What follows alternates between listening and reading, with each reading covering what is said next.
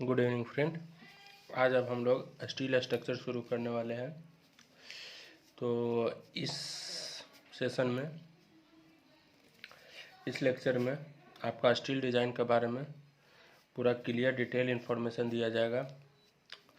आपका सारा डाउट यहाँ क्लियर होगा और प्लस आपको स्टील का जितना भी चैप्टर है पूरा चैप्टर का डिटेल से स्टडी कराया जाएगा और साथ साथ आपको सिविल इंजीनियरिंग का हर एक पेपर का डिटेल स्टडी इस चैनल में मिलेगा। तो अभी मेरा आरसीसी का लेक्चर डाला हुआ है, कुछ लेक्चर है, बाकी लेक्चर और डाला जाएगा। अभी स्टार्टिंग कर रहे हैं हर विषय का। और आज हम लोग का स्टील स्ट्रक्चर शुरू होने वाला है। तो स्टील स्ट्रक्चर एक ऐसा सब्जेक्ट है जो आपको हर विषय, हर एग्ज़ाम के लिए इम्पोर्टेंट है। आपको एसएससी, जेई के लिए, आईएएस के लिए और आपको गेट के लिए और अदर कॉम्पिटिटिव एग्जामिनेशन के लिए आपका स्टील स्ट्रक्चर का भी रिक्वायरमेंट है। तो सबसे पहले हम लोग टॉपिक शुरू करते हैं चैप्टर नंबर 1। उसमें सबसे पहले हम लोग पढ़ते हैं कि स्ट्रक्चर होता क्या है। स्ट्रक्चर होता क्या है वो चीज़ हम लोग समझेंगे। फिर आपका रोटेशन एंड मोमेंट क्या होता है वो चीज़ समझेंगे। फिर हम लोग समझेंगे IS code for structural steel क्या होता है। फिर हम लोग स्टील के बारे में समझेंगे क्या होता है। फिर हम लोग factor affecting the physical properties of steel के बारे में समझेंगे। फिर कंपोनेंट ऑफ स्टील के बारे में समझेंगे। इस तरह से धीरे धीरे टॉपिक हम लोग का इंक्रीज होते रहेगा। तो चलिए अब स्टार्ट करते हैं कि स्ट्रक्चर होता क्या है। चलिए देखिए, अब हम लोग देखते हैं स्ट्रक्चर क्या होता है।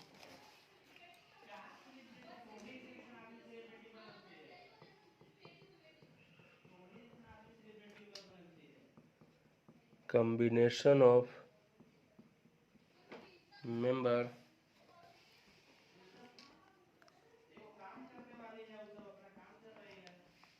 which is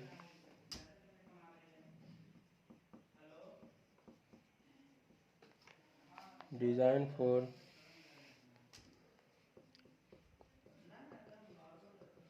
a specific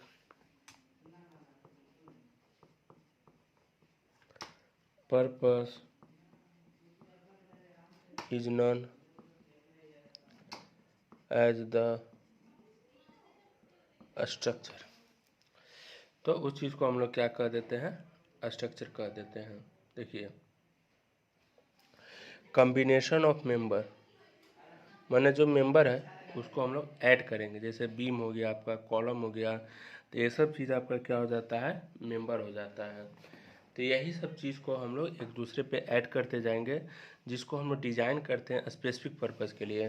specific purpose क्या होता है, जैसे आपका कोई हॉस्पिटल बन रहा है, कोई आपका गोडाउन बन रहा है, तो ये सब चीज़ जो कंडीशन होता है उस चीज़ को हम लोग स्पेसिफिक पर्पज़ कहते हैं। तो सारा मेंबर को हम लोग कनेक्ट करके डिज़ाइन करते हैं क्या, स्पेसिफिक पर्पज़, उसी चीज़ को हम लोग क्या कह देते हैं, स्ट्रक्चर कह देते हैं। तब जब कोई भी पूछेगा कि स्ट्रक्चर क्या होता है, तो आपका जितना भी मेंबर होता है, जैसे मेंबर में आपका क्या होता है, जैसे बीम होता है, कॉलम होता है, पर्लिन होता है, राफ्टर होता है, ये सब चीज़ आपका क्या हो जाता है, मेंबर कहलाता है। तो सारा मेंबर को एक दूसरे में कनेक्ट करके जब आपका डिज़ाइन किया जाता है किसके लिए, एक स्पेसिफिक पर्पज़ के लिए, तो उस चीज़ को हम लोग क्या कह देते हैं, स्ट्रक्चर कह देते हैं। अब स्ट्रक्चर पे क्या होता है, आपका दो तरह का लोड जनरली लगता है, डेड लोड और लाइव लोड। तो डेड लोड और लाइव लोड के लिए एक आईएस कोड हम लोग यूज़ करते हैं 871 पार्ट 1 एंड पार्ट 2। तो उसी को समझने का कोशिश करते हैं। चलिए, तो कह रहा है कि dead load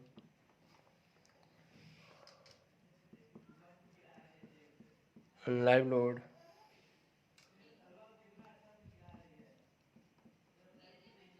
are taken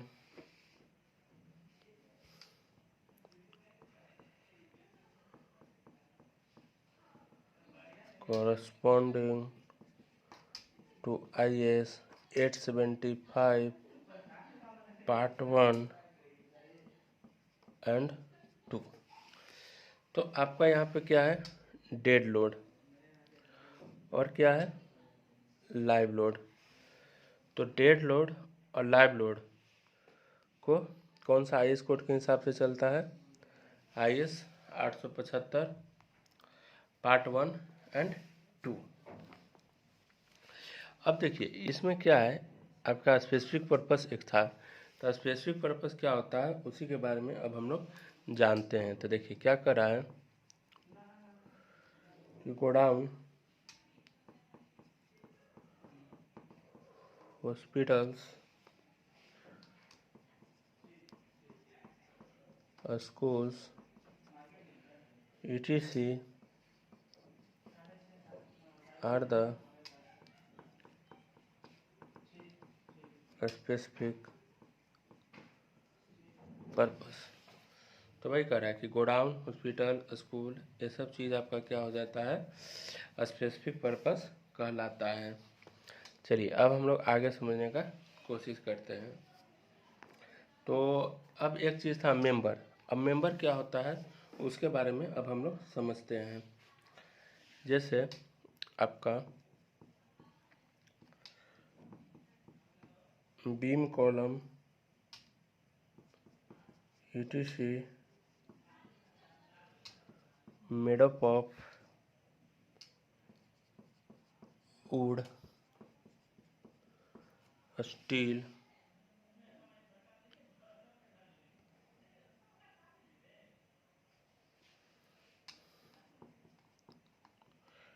stone, cement,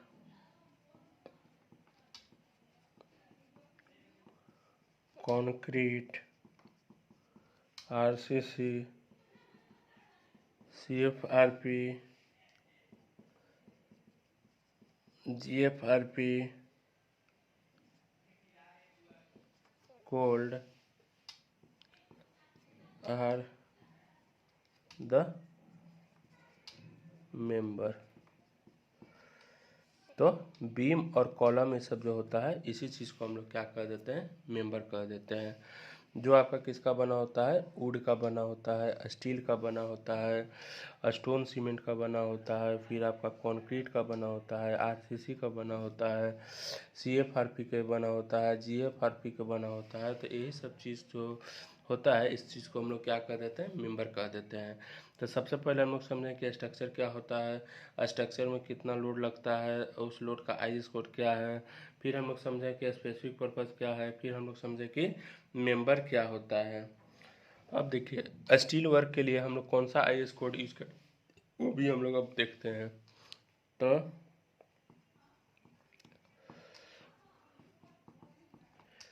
fabrication of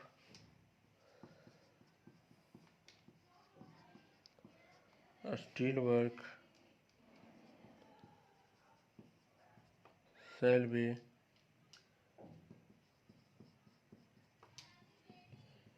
inspected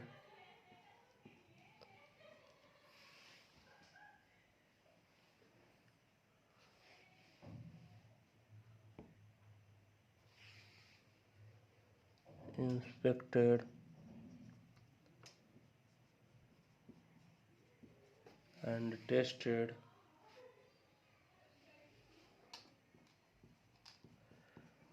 as per IS 800 1984 clause 11.13। तो जो आपका फैब्रिकेशन ऑफ स्टील वर्क होता है उसको आपका कौन सा IS कोड होता है, 800 1984। फैब्रिकेशन ऑफ स्टील वर्क करने का मतलब क्या होता है कि जो आपका स्टील वर्क का काम होता है उस चीज़ को हम लोग क्या कर देते हैं, फैब्रिकेशन ऑफ स्टील वर्क कर देते हैं। तो जितना भी स्टील का कोड होता है वह आपका कितना होता है, 800 1984 होता है। अब देखिए अब क्या होता है कि जो डिज़ाइन होता है दो तरह का डिज़ाइन होता है, एक आरसीसी में हम लोग डिज़ाइन कर रहे थे, एक हम लोग स्टील में डिज़ाइन कर रहे हैं। तो आरसीसी में हम लोग कैसा डिज़ाइन करते हैं उसमें हम लोग को डायमेंशन कैलकुलेट करना पड़ता है, लेकिन ये जो आपका स्टील है उसमें आपको सूटेबल सेक्शन यूज करना पड़ता है। मैंने कौन सा सेक्शन यहाँ पे यूज होगा, आई सेक्शन लगाएंगे तो बढ़िया होगा कि एल सेक्शन लगाएंगे तो बढ़िया होगा, किसी चैनल सेक्शन लगाएंगे तो बढ़िया होगा। लेकिन आपका आरसीसी में क्या होता है, हम लोग को चुपचाप रेनफोर्समेंट का क्वांटिटी निकालना रहता है और साथ साथ हम लोग को डायमेंशन कैलकुलेट करना रहता है। लेकिन आपका इसमें क्या करना है, स्टील स्ट्रक्चर में ये सब निकालने का ज़रूरत नहीं है, क्योंकि आपका स्टील तो ऑलरेडी मार्केट में आता है प्रॉपर रूप से। बस वहाँ पे हमको सिलेक्ट करना है, प्रॉपर सेक्शन को हम लोग को जनरेट करना है। तो अब हम लोग समझने का कोशिश करते हैं आगे। तो कह रहा है कि in RCC design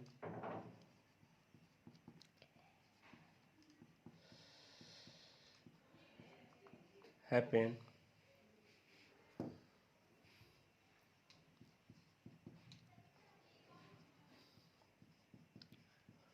dimension calculate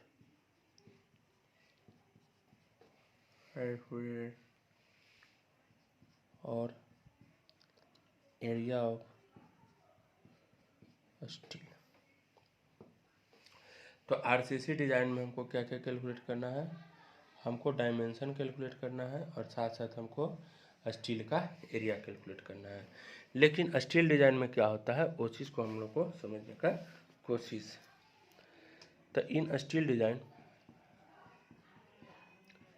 आपका इस चैनल में पूरा सिविल इंजीनियरिंग पूरा डिटेल से पढ़ाया जाएगा और आपका हर एक पेपर का हर एक चैप्टर का हर एक टॉपिक पूरा डिटेल से पढ़ाया जाएगा और साथ साथ आपका नॉन-टेक भी इसमें पढ़ाया जाएगा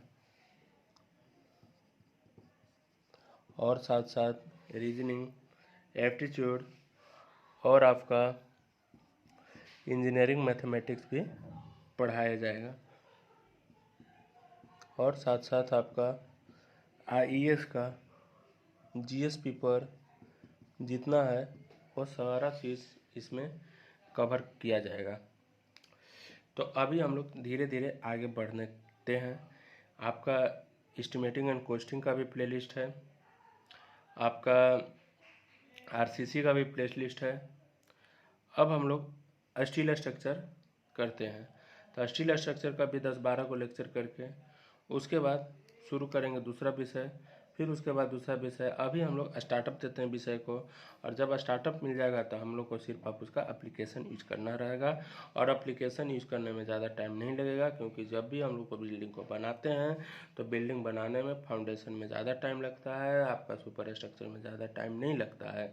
इसलिए अभी हम लोग फाउंडेशन तैयार कर रहे हैं। फाउंडेशन तैयार जब हो जाएगा हम लोग को पूरा तरह से, तब हम लोग अपना सुपर स्ट्रक्चर रेडी करेंगे। बस अभी समझने का कोशिश करते हैं कि in steel design happen to select a suitable section in steel design. देखिए आरसीसी डिज़ाइन में हम लोग क्या करते थे, हम लोग को डायमेंशन कैलकुलेट करना रहता था और साथ साथ एरिया कैलकुलेट करना रहता है। लेकिन आपका स्टील डिज़ाइन में क्या हमको करना है, स्टील डिज़ाइन में हमको एक सूटेबल सिलेक्शन को सिलेक्ट करना है। बात समझ गए कि कहाँ यहाँ पे आई सेक्शन लगेगा, कि यहाँ पे एल सेक्शन लगेगा, कि यहाँ पे चैनल सेक्शन लगेगा। इस तरह से हमको सेक्शन को सिलेक्ट करना रहता है। लेकिन आपका आरसीसी डिज़ाइन में सिर्फ आपका डायमेंशन कैलकुलेट करना है और एरिया ऑफ स्टील सिलेक्ट करना है।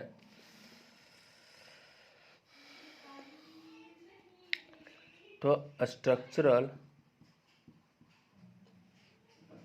Design deals with the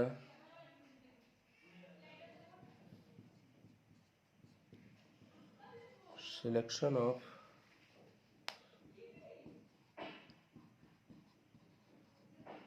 proper material,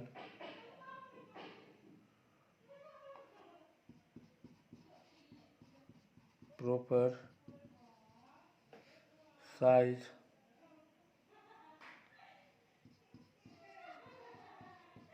proportion,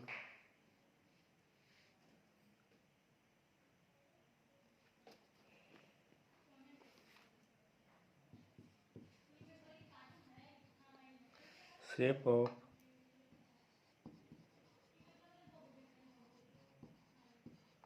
the member and their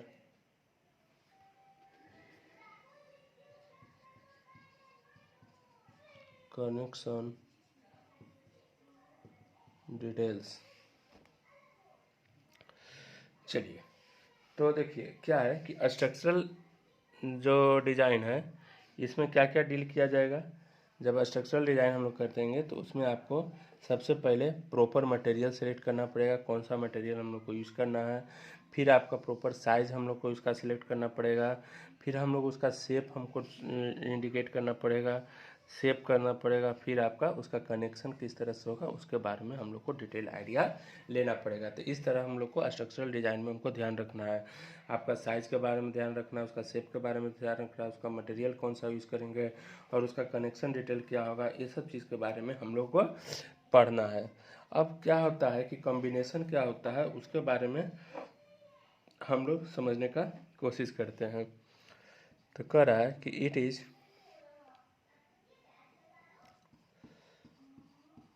ensure the satisfy of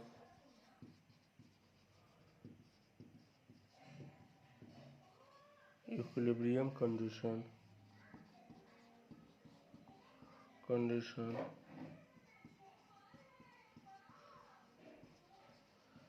then a structure become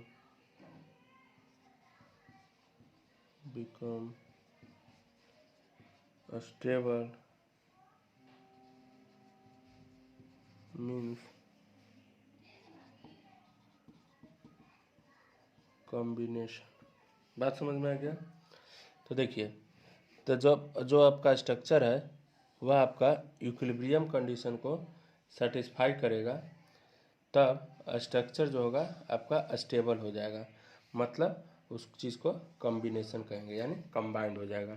कब कंबाइंड होगा, कब कॉम्बिनेशन होगा, जब आपका जो स्ट्रक्चर है वह इक्विलिब्रियम कंडीशन को सेटिस्फाई कर देता है। उसी चीज़ को हम लोग क्या कह देते हैं, कॉम्बिनेशन कह देते हैं। अब यह इक्विलिब्रियम कंडीशन क्या होता है उसके बारे में समझने का कोशिश करते हैं। चलिए, अब हम लोग आगे देखेंगे कि इक्विलिब्रियम कंडीशन क्या होता है, वो चीज़ को अब हम लोग आगे देखने का कोशिश करेंगे। बस अभी यहाँ सब समझ लीजिए कि जो स्ट्रक्चर होता है वह आपका स्टेबल तब होगा जब आपका वह इक्विलिब्रियम कंडीशन को क्या कर देगा, सेटिस्फाई कर देगा। अगर इक्विलिब्रियम कंडीशन को सेटिस्फाई नहीं करेगा तो मेरा जो स्ट्रक्चर है वह स्टेबल नहीं होगा। तो अब सवाल उठता है कि यह इक्विलिब्रियम कंडीशन होता क्या है, उसके बारे में अब समझने का कोशिश करते हैं। चलिए, अब हम लोग आगे करते हैं, इक्विलिब्रियम कंडीशन क्या है उसके बारे में जानने का कोशिश करते हैं।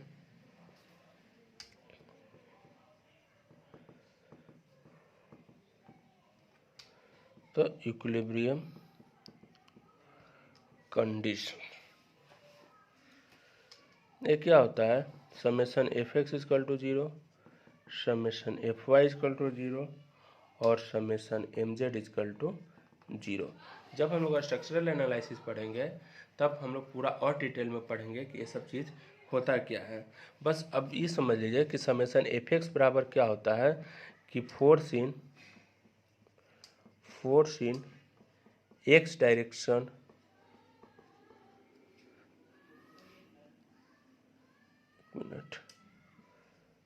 Due to force displacement in x direction is 0। तो x डायरेक्शन में आपका डिस्प्लेसमेंट क्या होगा, 0 होगा। उसी तरह समेशन एफ वाई का भी मतलब हो जाएगा, इसमें आपका y डायरेक्शन हो जाएगा और इसमें आपका समेशन एम जेड का मतलब क्या होता है, ये आपका रोटेशन हो जाता है। Rotation about Z direction is 0। ये आपका क्या हो जाएगा, वहाँ पे मोमेंट लगेगा और ये आपका रोटेशन हो जाएगा।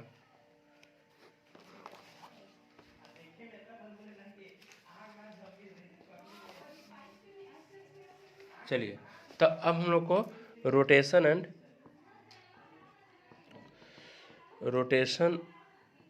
एंड मोमेंट के बारे में जानते हैं क्या होता है। तो देखिए, ये दोनों में आपका क्या हो रहा है, मोमेंट हो रहा है। क्यों, क्योंकि आपका मोमेंट बराबर क्या होता है, फोर्स इंटू डिस्प्लेसमेंट होता है, और यहाँ पे आपका फोर्स इंटू डिस्प्लेसमेंट हो रहा है, इसलिए ये दोनों आपका क्या हो जाएगा, मोमेंट होगा, और ये आपका क्या हो जाएगा, रोटेशन हो जाएगा। तो अब सवाल उठता है कि मोमेंट और रोटेशन में क्या रिलेशन है, उसके बारे में अब समझने का कोशिश करते हैं। तो देखिए, मोमेंट रेसिस्ट टू रोटेशन। अगर मोमेंट होगा तो रोटेशन नहीं होगा। कहने का मतलब ये है कि मोमेंट रोटेशन को क्या करता है, रेसिस्ट करता है। जैसे मान लीजिए ये आपका एक बीम है, यहाँ पे हम लोग एक फोर्स अप्लाई कर रहे हैं। तो जब फोर्स अप्लाई करेंगे तो ये बीम आपका कुछ डिस्प्लेस होगा थीटा एंगल के साथ। तो यहाँ पे जो आपका एम होगा वह आपका जीरो हो जाएगा। यहाँ पे आपका किसी प्रकार का मोमेंट नहीं हो रहा है, बस यहाँ पे क्या हो रहा है, रोटेशन हो रहा है। कहने का मतलब है कि अगर मोमेंट जीरो होगा तब रोटेशन होगा, अगर मोमेंट जीरो नहीं है तब आपका रोटेशन नहीं होगा। तो कहने का मतलब ये है कि if theta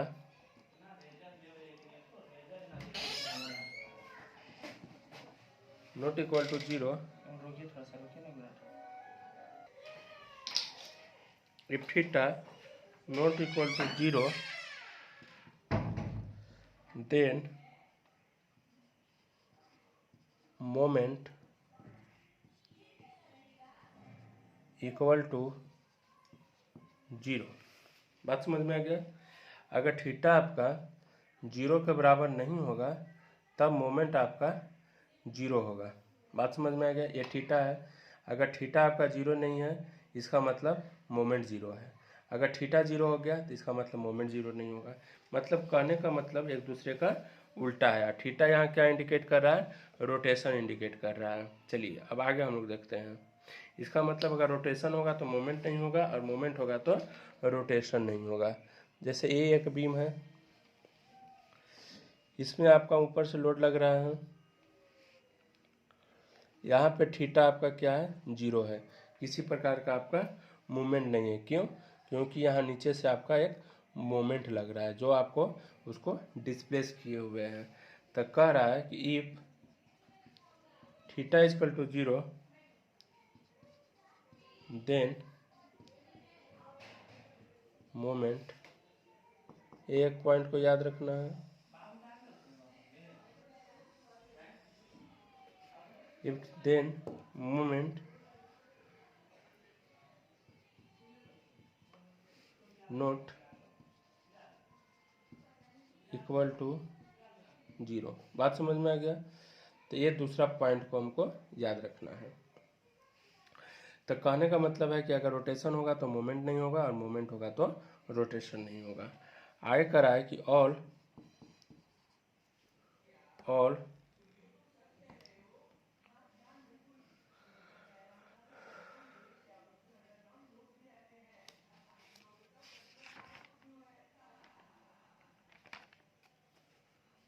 structure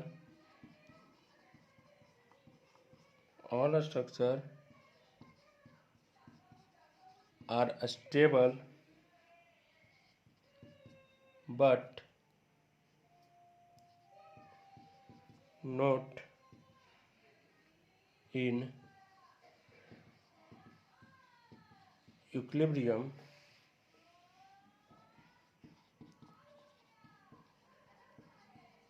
but generally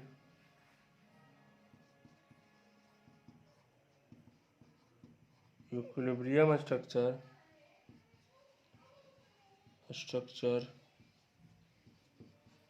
are stable। बात समझ में आ गया कि जितना भी स्ट्रक्चर है आपका स्टेबल नहीं होगा, और स्टेबल जितना भी स्ट्रक्चर है वह जो स्टेबल स्ट्रक्चर है वह इक्विलिब्रियम में नहीं होगा। लेकिन जो इक्विलिब्रियम स्ट्रक्चर है वह आपका स्टेबल होगा। आप समझ में आ गया कि जो स्टेबल स्ट्रक्चर होगा वह संभव है कि इक्विलिब्रियम में हो सकता है और नहीं भी हो सकता है। लेकिन जो आपका इक्विलिब्रियम स्ट्रक्चर है वह आपका एकदम 100% श्योर है कि वह आपका स्टेबल होगा ही। चलिए अब नेक्स्ट पॉइंट हम लोग देखते हैं। तो कह रहा है कि various test are conducted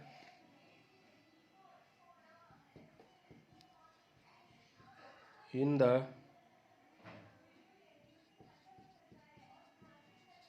laboratory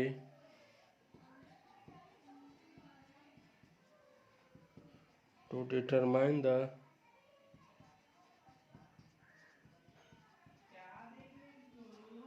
following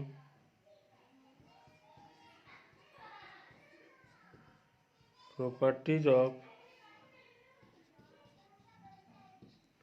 steel and behavior। तो कौन कौन सा प्रॉपर्टी हम लोग देखेंगे? तो एक हम लोग देखेंगे फिजिकल प्रॉपर्टी, एक हम लोग देखेंगे केमिकल प्रॉपर्टी, और एक हम लोग देखेंगे मैकेनिकल प्रॉपर्टी। बात समझ में आ गया? तो जब भी हम लोग टेस्ट करेंगे आपका लेबोरेटरी में, तब क्या हम लोग कौन कौन सा प्रॉपर्टी हम लोग स्टील का डिटरमाइन करेंगे? तो आपका फिजिकल, केमिकल और mechanical. Physical property, chemical property, mechanical property, ये सब भी हम लोग डिटेल में पढ़ेंगे कि स्टील का क्या होता है। फिलहाल अभी तक के लिए हम लोग इतना ही पढ़ेंगे। अब हम लोग का जो पहला चैप्टर है, पहला जो टॉपिक था स्ट्रक्चर क्या होता है, वो कंप्लीट हो गया, और साथ साथ आपका रोटेशन एंड मोमेंट क्या होता है वो भी हम लोग को कंप्लीट हो गया। अब कल हम लोग स्टार्ट करेंगे IS code for structural steel, यानी नेक्स्ट वीडियो में अब हम लोग IS कोड स्टार्ट करेंगे। फिर हम लोग स्टील क्या होता है उसके बारे में स्टार्ट कर देंगे, और फिर कंपोनेंट ऑफ स्टील, फिर फैक्टर अफेक्टिंग स्टील, ये सब चीज़ हम लोग स्टील का स्टार्ट कर देंगे। ओके।